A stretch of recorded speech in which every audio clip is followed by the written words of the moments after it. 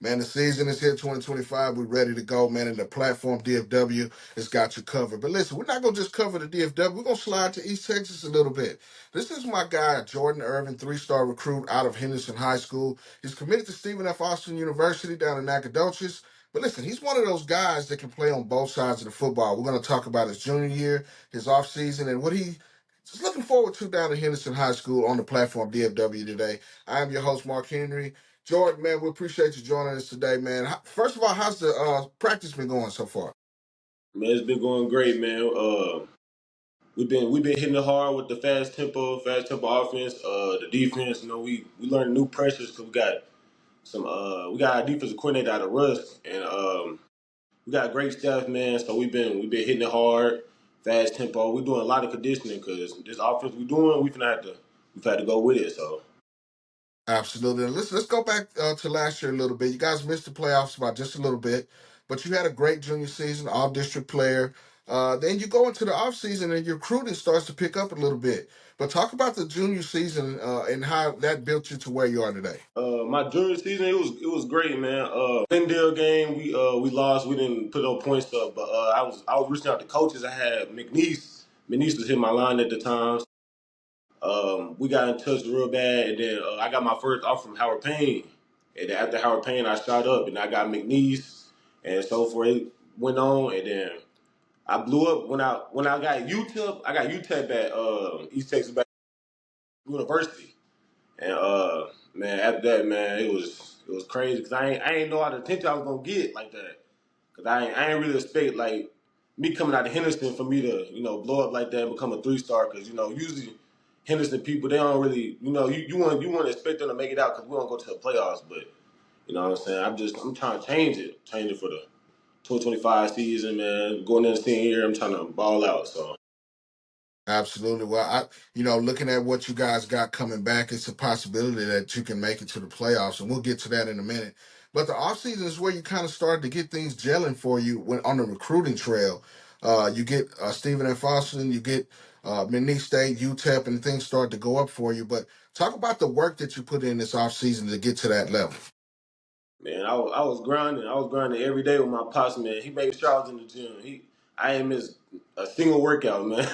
Cause he said my junior year is the junior. That's the year I gotta perform. So I was Right. like, I might as well hop in the gym with him, man. We did training every day, even on Saturdays. It was no days off, man. So when I got that first offer, I wasn't surprised because the work I put into it, I was so. But I was building on top of that. I ain't get happy off that one offer. I was happy, but I was building on top of that. So Right. you know, Well, you go into it and then you end up, 15, 16 offers, and now you got to make a decision.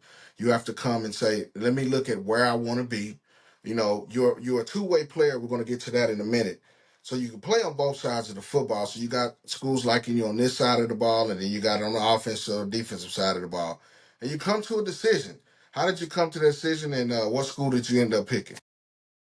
man, I really like both sides of the ball. If I could have choose, I'd have went to defense, man. But I really like offense. So I really like offense too, though. But my tight end coach down in SFA, man, he told me that I was the first guy they ever did a home visit with. So I was like, man, they really messed. They want me to go. So I'm like, Right. so me and my family, we had a long talk, and it's close to home. So I went ahead, committed there. Absolutely. Now talk about SFA. How'd you feel on campus, and how do you feel going forward, going down to be a lumberjack?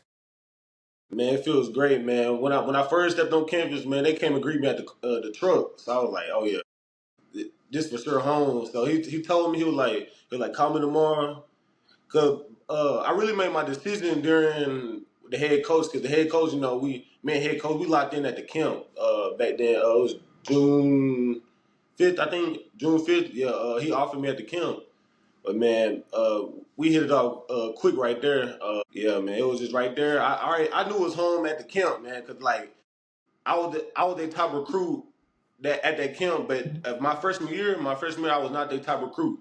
So then they told me when I came in, cause I was doing drill team. I was doing the drills over there with tight ends, man.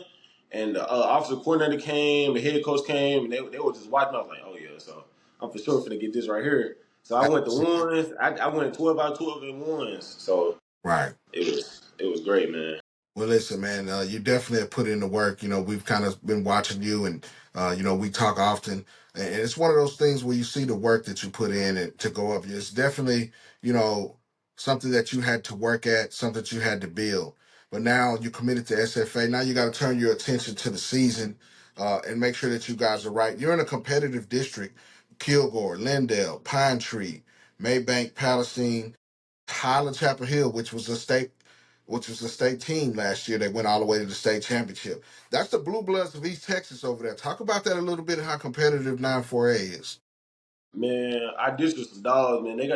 We gonna get some dog teams, but we coming out playing like we ain't worried about who over there on the other side. We ain't worried about how many offers they got. We ain't worried about how many stars they got. We going out there to win, man.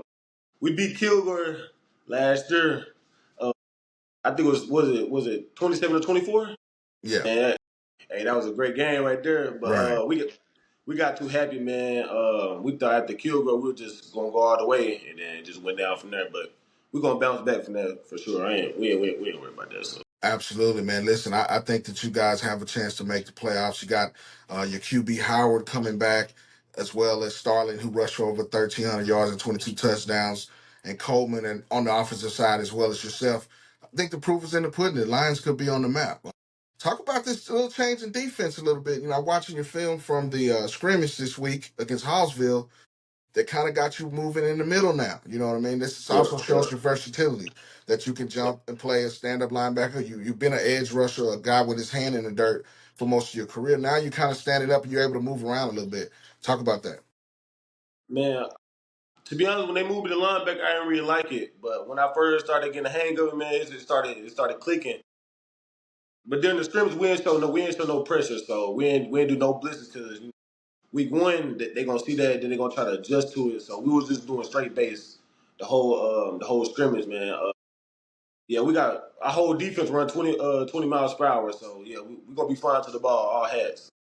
Absolutely. Now, you're a player that plays on both sides of the football. That takes some conditioning. That takes some know-how so you can flip on both sides. How does that help you grow as a player playing on both sides of the football? Man, playing on both sides, man, it's a blessing because going out there, man. My freshman year, I thought I was gonna be playing only defense, man. But when they my sophomore year, they put me at tight end and playing both sides, man.